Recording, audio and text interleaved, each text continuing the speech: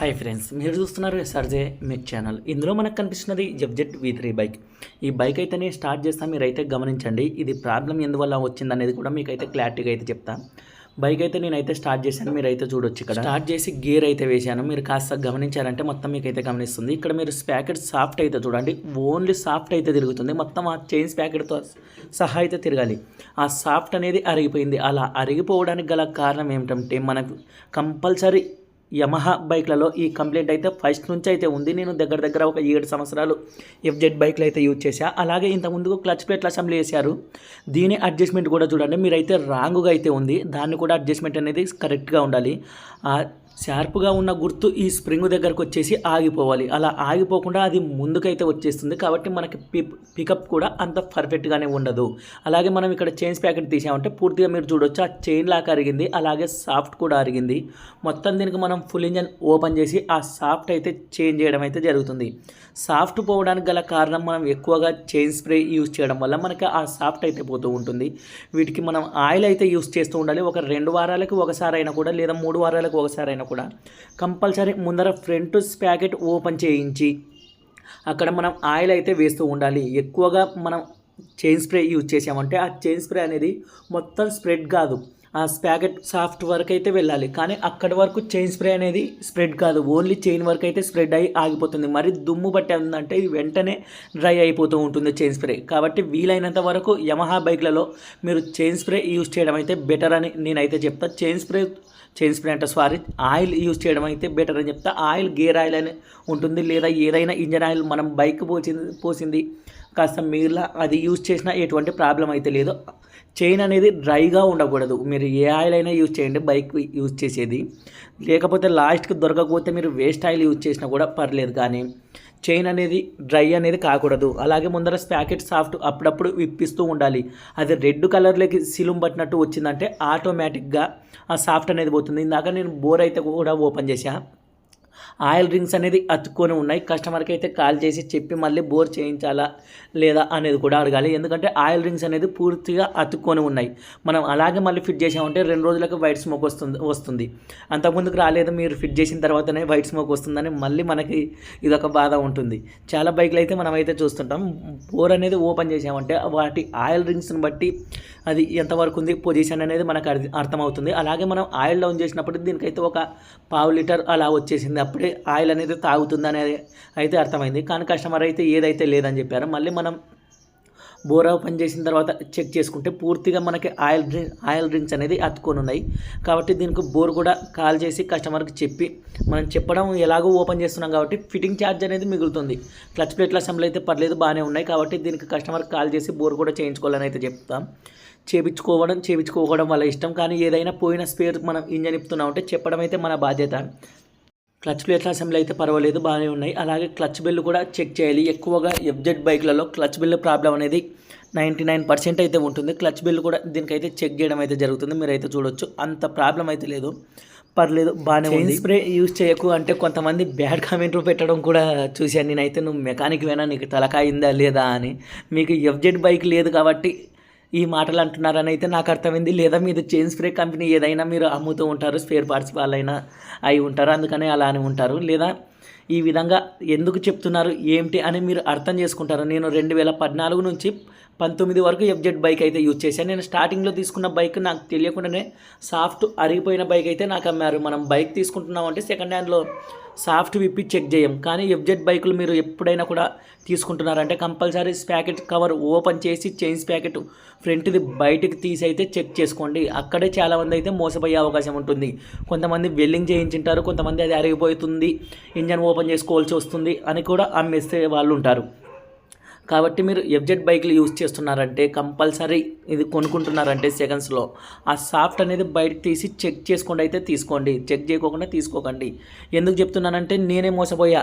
అలా Kurnool second hand showroom Mohan ఏదో ఉంది, 2012లో తీసుకున్నాను నేను బైకు. అప్పుడు అలాగనే నాకు తెలియక నేనైతే మోసపోయా. కాబట్టి మీరు కూడా ఆ విధంగా అయితే జరగకుండా ఉండాలంటే మీరు కంపల్సరీ అయితే చెక్ చేసుకోండి. అలా దీనికి సాఫ్ట్ వచ్చేసి మనకి ఆ ప్యాకెట్ సాఫ్ట్ కొత్తది వచ్చేసి 950 రూపాయలు అయితే అవుతుంది. మనకు వచ్చేసి అది 1050 రూపాయలు దొరకదు అనే ఉద్దేశంతో మనకి కర్నూలులో బ్లాక్లో అయితే అమ్ముతూ ఉన్నారు. అది 1050 రూపాయలు దాని మీద తీసేసి 100 రూపీస్ అయితే అంత కనపడదు, కానీ అంత అమ్మే అవసరం కూడా లేదు ఎంఆర్పి కాదని, అది మా దగ్గర మాత్రమే దొరుకుతుంది అనే ఉద్దేశంతో ఆ విధంగా అయితే అమ్మడం అయితే జరుగుతుంది. ఇక్కడ మీరైతే చూడొచ్చు మొత్తం గేర్ వీల్స్ అన్నీ నేనైతే బయటకు ఓపెన్ చేసుకొని నీట్గా సాఫ్ట్ అయితే ఫిట్టింగ్ చేయడం అయితే జరుగుతుంది. అలాగే దీనికి మనకి ఏవేవి కావాలో అన్నీ నేను ముందుగానే కర్నూలుకి వెళ్ళి అయితే తీసుకొచ్చుకున్నా. బోర్ మాత్రం ఓపెన్ చేసే వరకు మనకు కూడా తెలియదు అది బోర్కి వచ్చిందా లేదని. ఆయిల్ డౌన్ చేసిన తర్వాత పక్కనే ఆయిల్ అయితే ఉంది, మీరైతే చూడొచ్చు. 1/2 లీటర్కి ఎక్కువ, 1/2 లీటర్కి తక్కువ అయితే ఉంది. అందులో మనకి సాఫ్ట్ అలాగే ఆ ప్యాకెట్ ఫ్రంట్ది దాని లాక్ 3 అయితే తీసుకొచ్చుకోవడం జరిగింది. అలాగే ఫుల్ ప్యాకింగ్ గిట్ ఇంకా మరి ఎలాగో తీసుకుంటాం. ప్యాకెట్ సాఫ్ట్ తీసుకున్నామంటే కంపల్సరీ ఫ్రంట్ ప్యాకెట్ కూడా తీసుకుంటే మనకి ఇంకా బాగుంటుంది.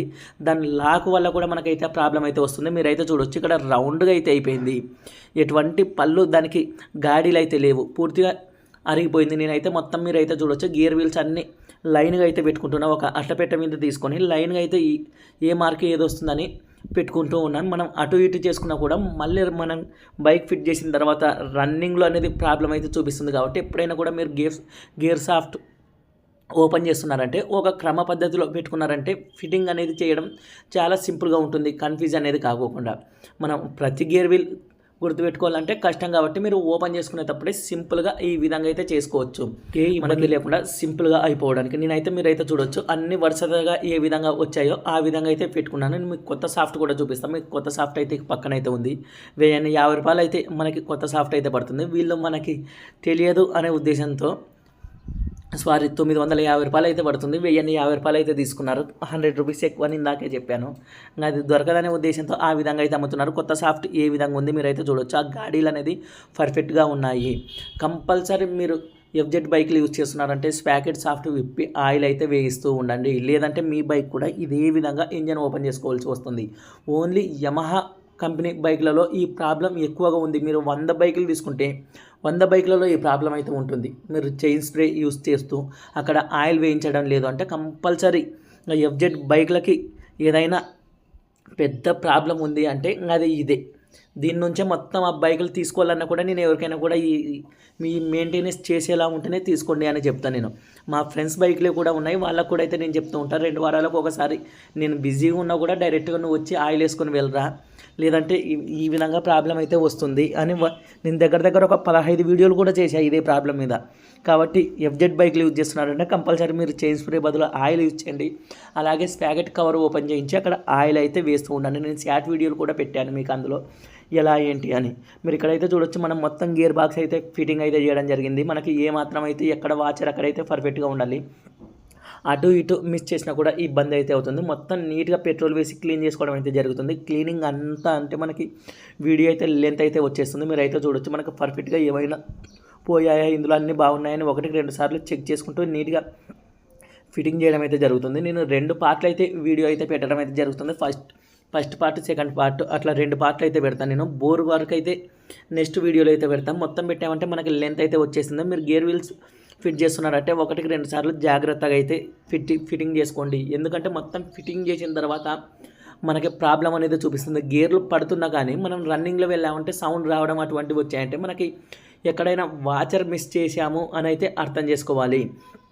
కాబట్టి ఒక్కసారి మీరు గేర్ బాక్స్ ఓపెన్ చేసుకున్నారంటే కాస్త టైం లేట్ అయినా కూడా నీట్గా చేసుకోవడం బెటర్. మళ్ళీ డబల్ పని అనేది ఉండకూడదు. ఒకసారి బైక్ ఎక్కించి మళ్ళీ ఇంజన్ అనేది బయటకు దింపాలంటే ఎంత ప్రాసెస్, ఎంత సహనం ఉండాలనేది మెకానిక్లకు అయితే తెలిసి ఉంటుంది. కాబట్టి అటువంటి ఇబ్బంది పడకూడదు. అంటే గేర్ బాక్స్ ఫిట్ చేస్తున్నామంటే లేట్ అయినా కూడా నీట్గా అయితే ఫిట్ చేసుకోవాలి. నేను ఇక్కడ బైక్ పైన గేర్స్ అన్నీ అయితే చెక్ చేసుకుంటున్నా, పడుతున్నాయా లేదా, ఏదైనా ప్రాబ్లం ఉందా అని అన్నీ అయితే మనకు పర్ఫెక్ట్గా అయితే పడుతున్నాయి. కానీ ఏమన్నా వాచర్లు అటువంటివి మిస్ చేసినా గేర్స్ అయితే పడతాయి, కానీ రన్నింగ్లో అయితే సౌండ్ వస్తాయి. కాబట్టి ఆ వాచర్లో అటువంటివన్నీ ఏవి మిస్ చేయకోకుండా నీట్గా అయితే చూసుకోండి. మొత్తం మనం సెంటర్ ఛాంబర్ కూడా ఫిట్టింగ్ చేయడం అయితే జరిగింది. అంతా క్లీన్ అయితే చేసుకున్నాం. ఎక్కువగా కాస్త బ్లాక్ అయ్యేలా బైక్ అయితే యూజ్ చేశారు. ఆయిల్ మెయింటెనెన్స్ అంతా లేక అందుకని ఛాంబర్లు ఇంకా వైట్గా అయితే రావాలి. మొత్తం లోపల మాడిపోయినట్టయితే మనకి ఉన్నాయి. పిస్టన్ కూడా చూపిస్తాం. మీరు ఇక్కడ పిస్టన్ అయితే చూడండి, పూర్తిగా ఆయిల్ రింగ్స్ అనేది అతుక్కొని ఉన్నాయి. మనకి అలా ఉన్నాయంటే నెక్స్ట్ వెంటనే ఫిట్ చేసిన వెంటనే వైట్ స్మోక్ అనేది 100% అయితే వస్తుంది. నేను ఉషా పిస్టన్ అయితే తీసుకొని రావడం జరిగింది. బోర్ కూడా కటింగ్ చేయించడం జరిగింది. ఓన్లీ పిస్టన్ ఒకటేసామంటే సైజ్ అనేది డిఫరెంట్ అవుతుంది. మనం అలాగే ఫిట్టింగ్ చేయడానికి రాదు. బోర్ అయితే కటింగ్ చేయించుకొని వచ్చాం. పిస్టన్ వచ్చేసి ఉషా వన్నాం. మనకి ఉషా అయితే బాగుంటుంది. నెక్స్ట్ పార్ట్ 2తో అయితే గడుస్తాం. మొత్తం బైక్ అయితే ఫిట్టింగ్ చేయడం అయితే జరిగింది. నెక్స్ట్ పార్ట్ 2లో మిగిలింది మనకి ఆ బోర్ అవన్నీ ఎలా ఫిట్ చేసుకోవాలి, పిస్టన్ రింగ్స్ అన్నీ క్లారిటీగా చూపించడం అయితే జరిగింది. మొత్తం వాటర్ వాష్ కస్టమర్కి బైక్ ఇవ్వడం అయితే జరిగింది. లాస్ట్ వరకు చూసిన వాళ్ళు ఉంటే కంపల్సరీ కామెంట్ అయితే పెట్టండి. వీడియో నచ్చితే లైక్ చేయండి, షేర్ చేయండి, మన ఛానల్ని సబ్స్క్రైబ్ చేయండి ఫ్రెండ్స్.